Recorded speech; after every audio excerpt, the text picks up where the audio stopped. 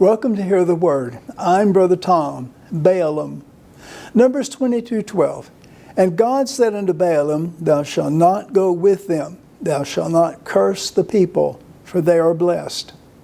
The Israelites, freed from Egyptian slavery, wandered in the wilderness about 40 years because they refused to obey God. They were attacked but not defeated.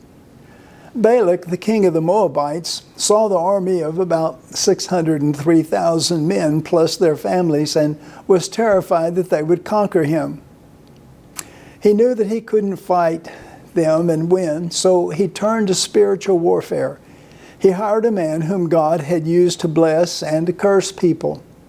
If Balaam would curse the Israelites, Balak wouldn't have to fight them.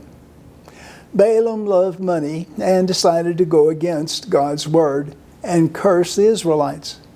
But God would not let him.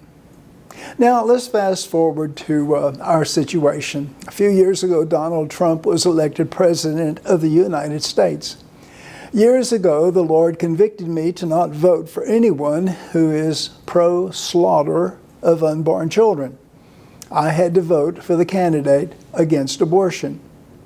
Now, Donald Trump has said things that make me cringe. A successful man of the world acts like a man of the world. America has a history of witchcraft. For perhaps the first time in American history, witches united together to curse their president. Says Breitbart, the spell also invokes evil on those who abet Trump, which would seem to appear to cover his staff and political nominees and perhaps the millions who voted for him as well. Since witches are casting spells against President Trump and perhaps those who voted for him, we are in the middle of spiritual warfare. The minister who licensed me to preach 57 years ago stated that when people speak evil of a person, it's best to closely weigh out all of the facts before passing judgment. Bad things were said about Jesus. He was in the right. I have concluded that since President Trump has the disapproval of witches, he may be doing something right. Far from perfect, he was still our president. We don't have to agree with everything he said or did, but if Satan is against him, he may be doing something right.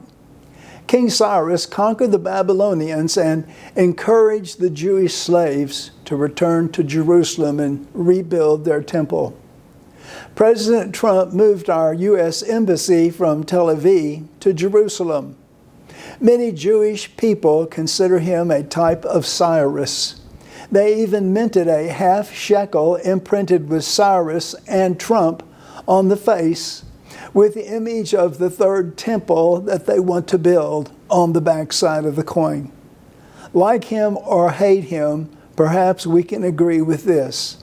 Our country needs our Christian prayers. Blessings to you till next time. Bye for now.